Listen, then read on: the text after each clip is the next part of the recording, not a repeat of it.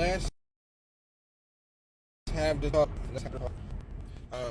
Women's standards versus male standards. This is a super important topic.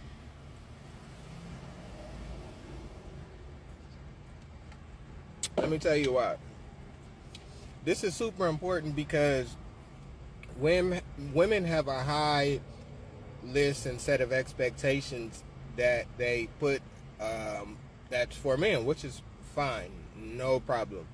Now, the issue that I have is that when a man does meet those standards, and he has standards of his own, every standard that the man has is reduced to shaming. Every standard that the man has is shaming. So if a man wants a traditional woman, then he's oppressive because he wants a stay-at-home mom. If he's faithful, he pays his taxes, he doesn't cheat, he volunteers in the community, and if he wants somebody that is a stay-at-home mom, then he's a chauvinist because how dare he want a traditional woman? Like, if a man meets off every checklist of the most beautiful woman, he still is not allowed to have standards. If he's not allowed to say, I want a housewife. We're not allowed to say, if we say that we want a woman with a peaceful temperament, then that's saying we're weak. Because if you're strong, then you should be able to handle the verbal abuse of women. We've reduced everything that a man would want to something that has to do with the patriarchy or misogyny, and it's absurd, and it's a part of why relationships are failing. Because at this point, from a man's point of view, outside of children and just having somebody physically there's not really a lot for the modern man, unless unless a person wants something different out of life. You know what I mean? Like, everybody doesn't want to travel on vacations and be in fancy clothes and cars. Look at men. Look at who men are. Men are happy going fishing, drinking beer, and watching sports. It's not really that difficult to suffice a man. An average man that will love, like an average man gives above average love, meaning that, yeah, he might be average earner, his social status, he might not be a governor or a senator, but the average man is the everyday man. That's the man that's going to be there when you're sick, going to take a day off. You see, if you want an above average man, then you have to be an above average woman. And I don't mean that from an earning perspective. I mean that you have to be above average in what you want. In providing what the type of, like, if I want a super bad female, if I want a dime piece, what do those women typically want? They want men that can match they fly. Typically, dime pieces that are in the fashion and in the limelight, they want somebody that can match they fly. Like, it's not that difficult. They want somebody to match they fly. So, if I'm a man and I want a dime piece, I know what dime pieces want. I know what's expected of me. You see what I'm saying? So, if there's a woman out there that is a dime or whatever, you have to understand men's standards. Men's standards versus women's standards. As far as right now, it's a crime for men to have a standard. It's a crime for a man to say, I want a woman with a easy temperament. I want a woman with a kickback temperament.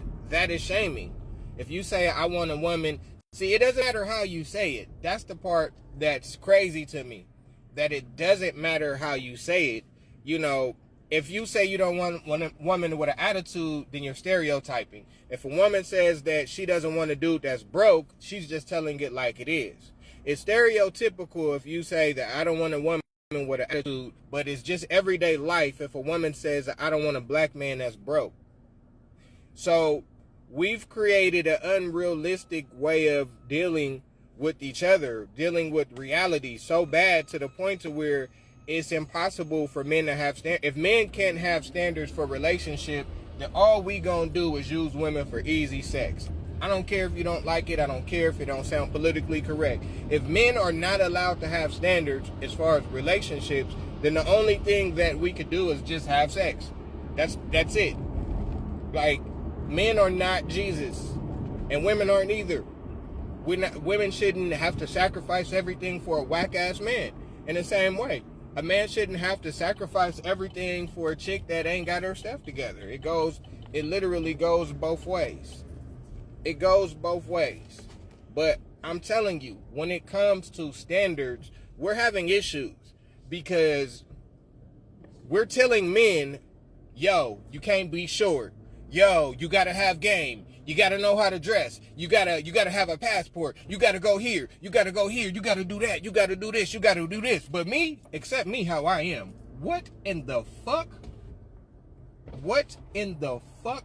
You mean I gotta be tall, I gotta know how to dress, I gotta know how to plan events, I gotta know how to be a role model, I gotta know how to be romantic, I gotta know how to dress, I gotta know how to save money, I gotta do this, and all you gotta do is show up? And all you gotta do is show up with an outfit and look fresh? Do you know the reason that relationships are not working is because all men want is respect and cooperation. We've reached that point in history where men need to create a just a little bit song. We're at the point now where men need to redo Aretha Franklin just a little bit because we get no respect. No, we don't. We get no respect. The only time a black man gives admiration is when he's parroting a mentality or a statement that a woman has made. We don't like real men. We don't. We like men that are willing to risk their lives for shit that women say.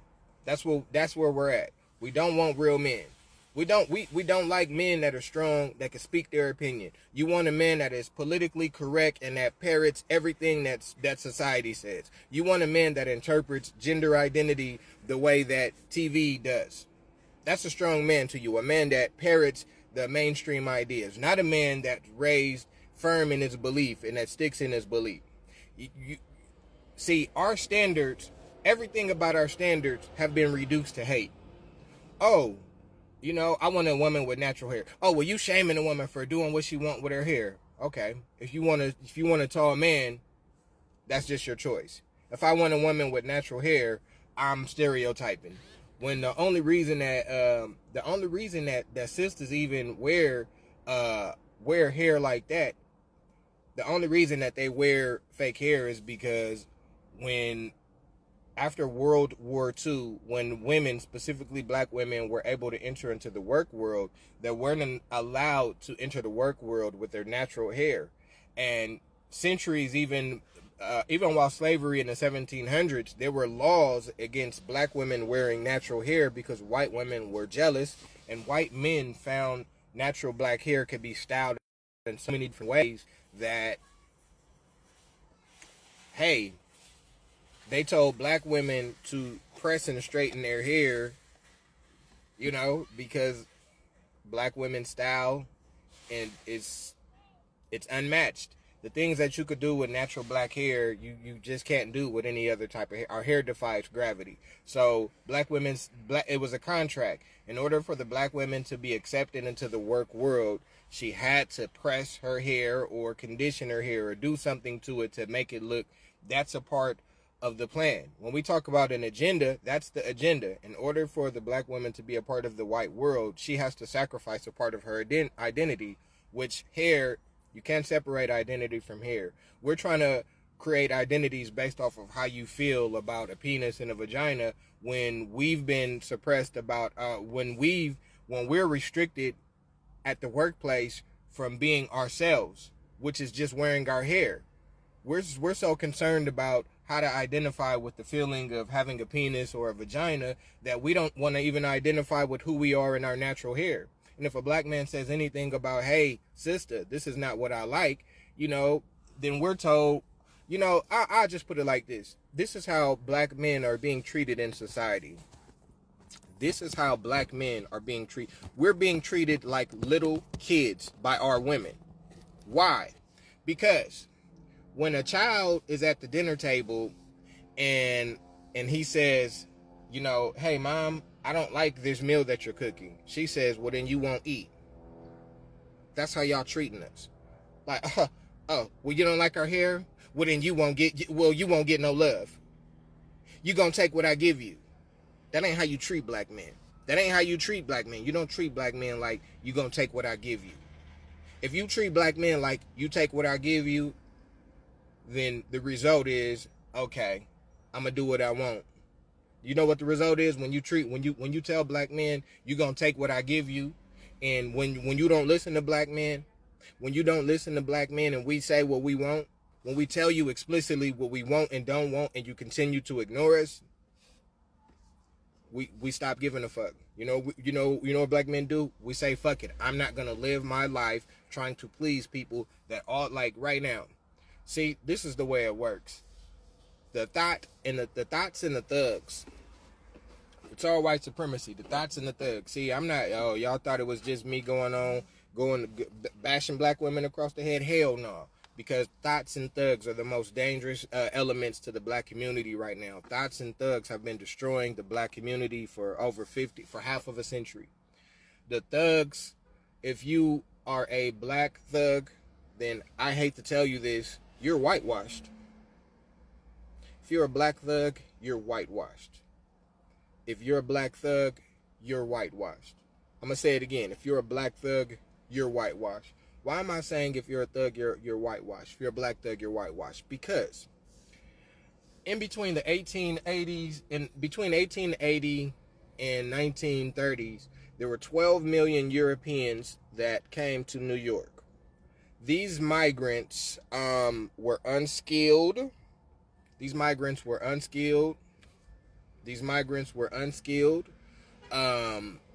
They had no property. All they had was the violence that they brought. They brought violence. The Jewish people, the Polish people, and the Italian people, they brought violent gangs to New York. That's where gang culture comes from. That's where thug mentality comes from. That's where the idea of being with the shit comes from. It comes from European migrants that came. That's not who we were. So if you out here acting tough and wanting to fight all the time, you whitewash, bruh. You act white. That's how white folks act. Black folks we didn't act like that prior to white people coming over here. Prior to that, you know what we was doing? We'll fight. We will fight. We with no punks. We'll fight. That's why there were massacres, not riots. Why were there massacres and not riots? There were massacres because black folks wouldn't taking it. They wouldn't taking it lying down. They'd fight back. They'd shoot the police. They'd fight with the army. That's why in Tulsa they had to bomb them, because they were outmanned. You guys don't understand what's happened. Black people have fought in every war, meaning that we had the military might. These suckers, while we were fighting wars to keep America, they fled their country. They fled. A lot of these countries, we were fighting with these countries. And those people left their countries that we were fighting. We fought for their freedom, and they came to motherfucking America and brought the terrorism. After we freed them from their countries, we saved the Europeans from famine. Yes, we saved the Europeans from famine. We saved them by letting them come here in between the 1890s and the 1920s. We saved them from famine. And then a lot of them, after we beat their countries in the war, a lot of them went back to their countries after we saved them. They went back to their countries after we saved them. You know what I'm saying? So it's yeah, if you a black thug, you whitewash. because you learn that thug shit from the Italians, the Jewish people, and the Poles. They came and brought that thug life, that thug mentality here, and we adopted it. Now, 50, 60 years later, we actually think that that's who we are. We actually think that being with the shit is and being hood is something that black people, that's not who we are. That's being whitewashed. You whitewash. You a thug, you whitewash. They brought that here. Black people wasn't thugs and criminals and wasn't violent amongst each other until after the Jewish people, the Polish people, and the Italians came to New York. And then it spread throughout the country. They were already violent. See, there's a difference. See, there was two waves of migration. It was people that migrated to the south, and then there was people that migrated to the north. The people that migrated to the south, they assimilated. Well, I'm not going to say they assimilated. They basically destroyed everything they touched because they were poor.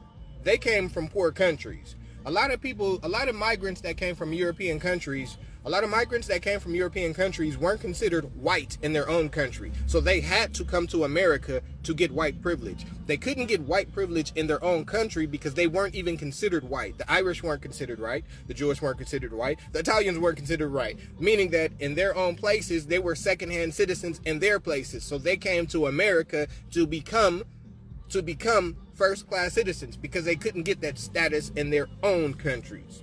And they came here and saw that we were doing better than them. They came here and saw that we were doing better than them. So they burned all their damn businesses and forced the women forced the black women into their jobs at low-paying wages, and then they forced black men into as free labor in the private prison system. You see, I've studied this extensively. This isn't my opinion. That's why the standards that black men and women have are goofy, and they don't serve the greater good of the black community.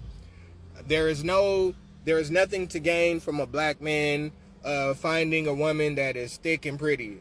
That's dope. It makes us feel good for our ego, but it doesn't serve us.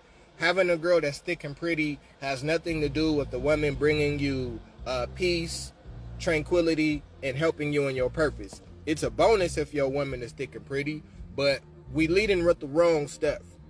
We want a woman that's thick and pretty, and women want a man that is tall and respected. Hood credit over FICA credit, and we want looks over cooks. So it's us. But the only difference that I'm saying is that the standards that women have is stupid, ridiculously my boy told me about a chick. You know, she's not a bad looking woman. She's overweight.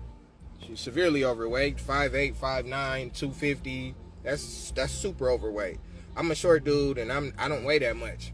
So, he said that she wanted a dude that made $250,000. Now, look, let me tell you this. Am I rich? No, not rich. But I will tell you this. For the last 5 or 6 years, I've made over, in the last 3 years, I made over $100K consistently, and then the 5 years before that, I was making in between $60,000 and $80,000 because I always had 2 jobs. So I've always kept money. Now I don't spend money like that because I stay in California and I've had my own place. I just had to move out and get a roommate, but I've had my own place for the last 5-6 years. So even at $100K, it don't go far. So I know people that make $200. People at my job make great money, and if you're willing to work overtime, you can make lots of money. There's people at my job that are making $20,000 a month, easy. It's people at my job easily making 200 bands, and I work with primarily black and brown people. I work with black and brown. I've worked with the majority of black and brown people that are making $100,000. So I know the men that they talking to. I know the men. I know the men that are making $100,000. I know the men that are making $200,000. I know the men that I know them. They not checking for no tattoo, twerking. They not checking for that. They're not checking for that. That's why I say men's standards versus women's standards.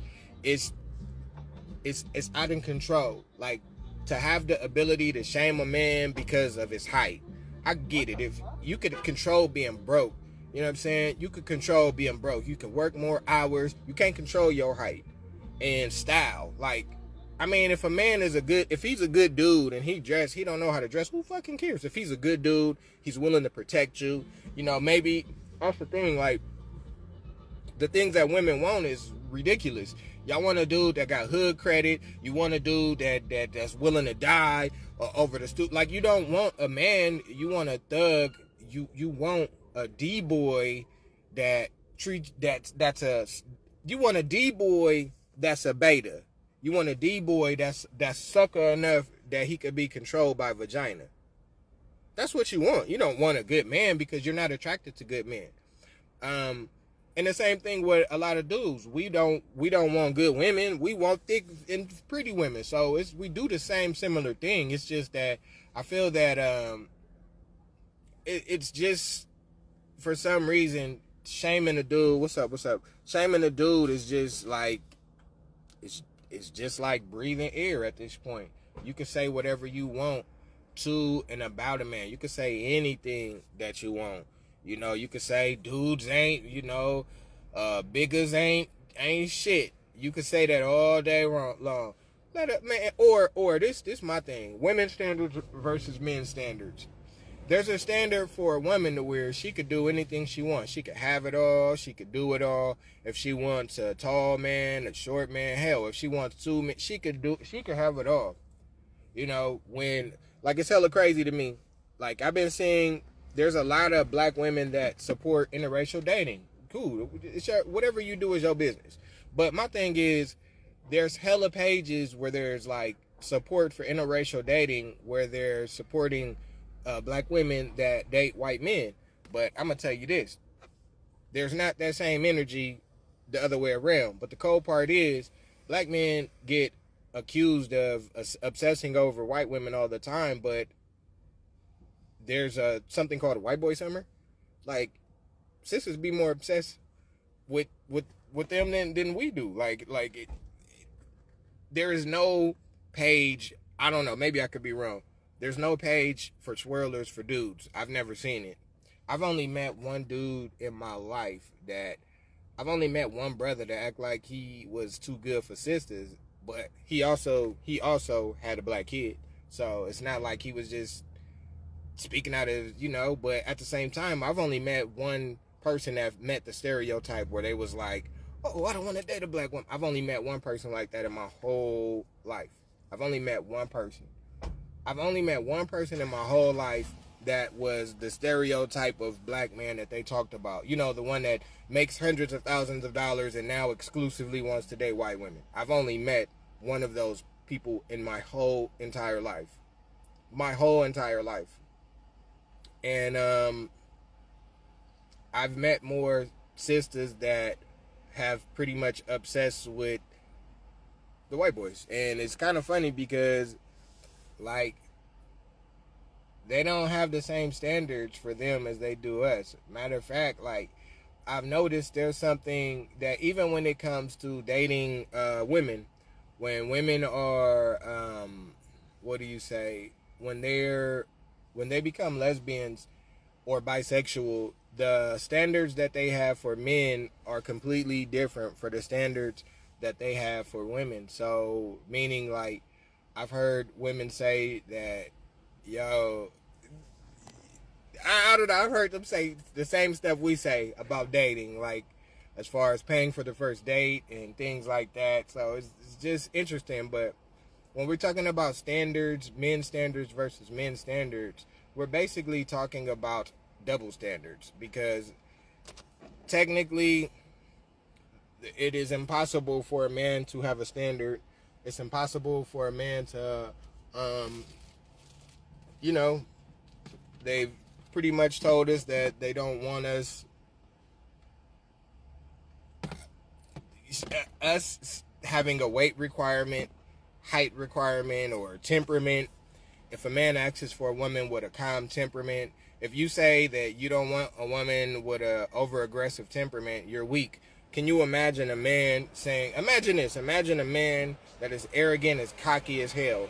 Imagine a cocky, arrogant ass man that was overweight and he had money, but he was just overweight, unhealthy, had a nasty attitude, and he told you that, oh, You just can't handle me because you a weak woman.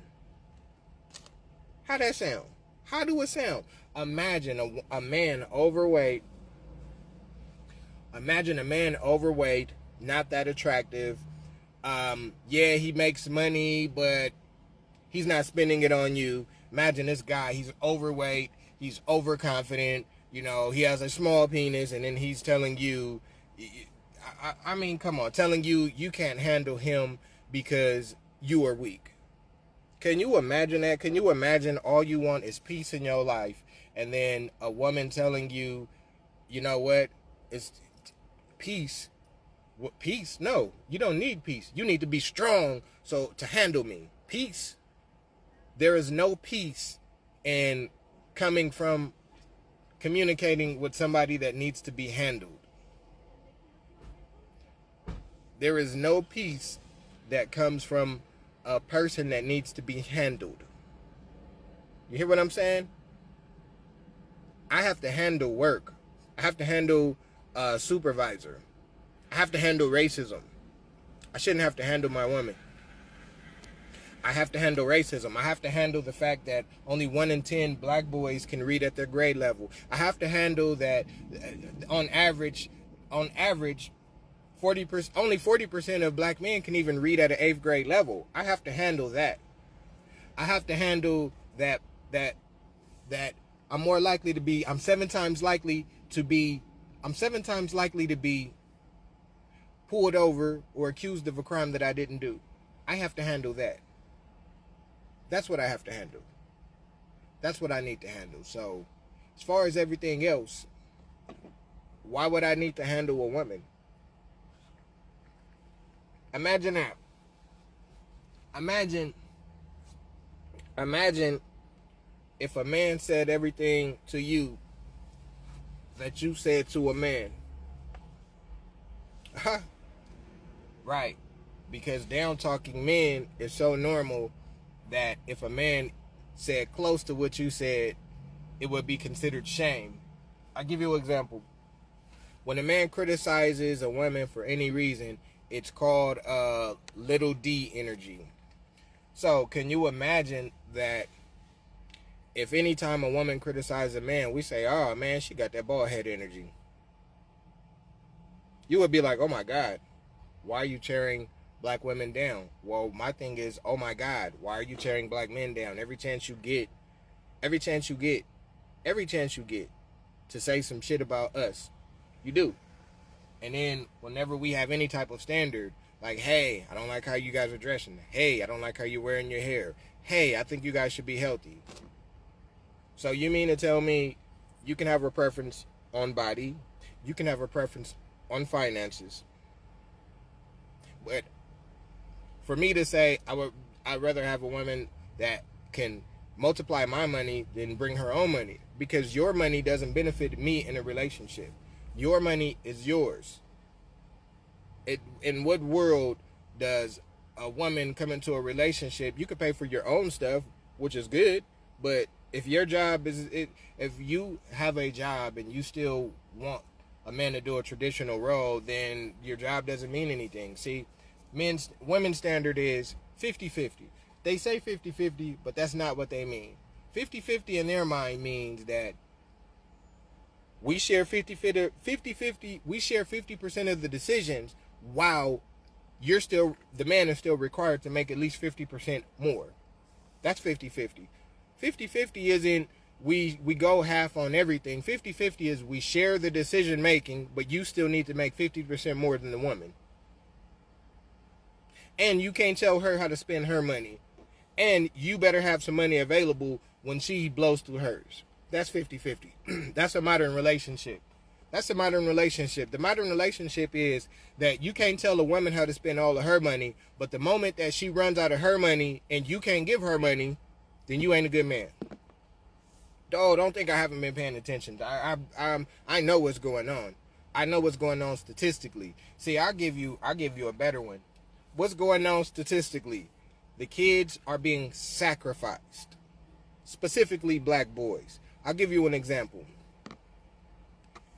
Women have become more educated As women become more educated, the kids become less educated and more depressed. It's not my opinion. That's what the stats say. As we've become the most educated and the most enrolled, our kids' test scores and mental health has been on the decline. And homelessness in teenagers and black teenagers have been on the rise, have exploded. So, mothers are becoming more educated, boys are becoming dumber, kids are becoming more depressed, and teenagers are more homeless because they don't get along with their parents, with their mother. That's what's happening. But we're so busy just celebrating token victories. We're celebrating being enrolled in school as they've made it easier to enroll in school. We're celebrating more degrees as they've basically taken away all of the standards, all of the entry testing, so school doesn't mean anything because everybody knows that the quality of the education isn't what it was. Everybody knows that.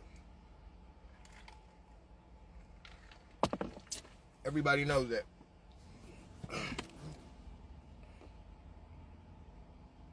But I don't know when we gonna wake up.